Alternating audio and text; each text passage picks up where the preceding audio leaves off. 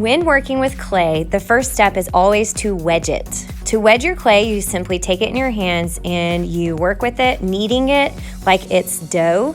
And the reason why we do this is to make sure that there are no air pockets in your clay. If there's a pocket of air, it might explode while it's in the kiln. More on the kiln later. Once you've wedged it, to make a slab, you're going to take your hands and pancake it. So basically, you're going to use your hands to mold it close to the shape of a pancake. Then with your rolling pin, you're going to gently roll on one side, and then you're going to flip it and roll out another direction. You're going to repeat these steps over and over again until you start to notice that your slab is kind of growing. So at first it doesn't feel like you're doing much, but as you keep going, you can see when you roll the rolling pin, it extends your clay to the side.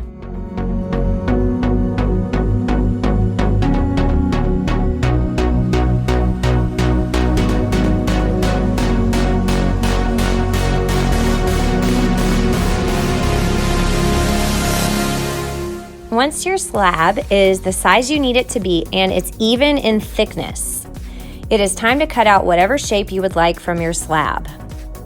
You could trace a shape that you wanted, like if you wanted it to be a perfect circle.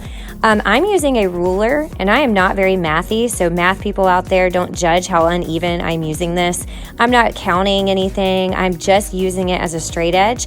I want my slab to be a tile, so I'm trying to cut out a square-like shape from the center because that's the area of my slab that has the best, most even consistency.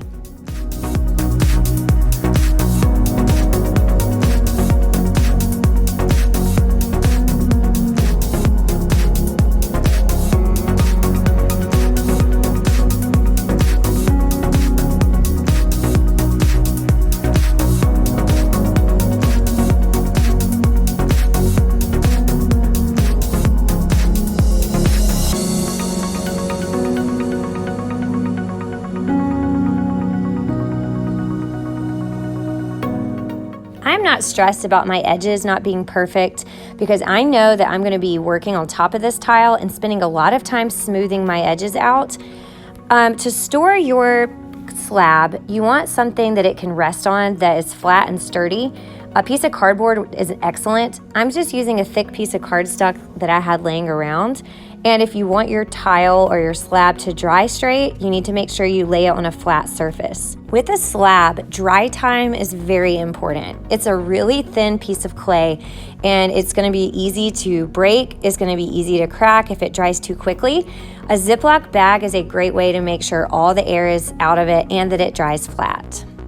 There are so many ways to use slabs when hand building with clay. Stay tuned. My next video will show you how to score and slip coils and to use texture to make a finished work of art on your slab tile.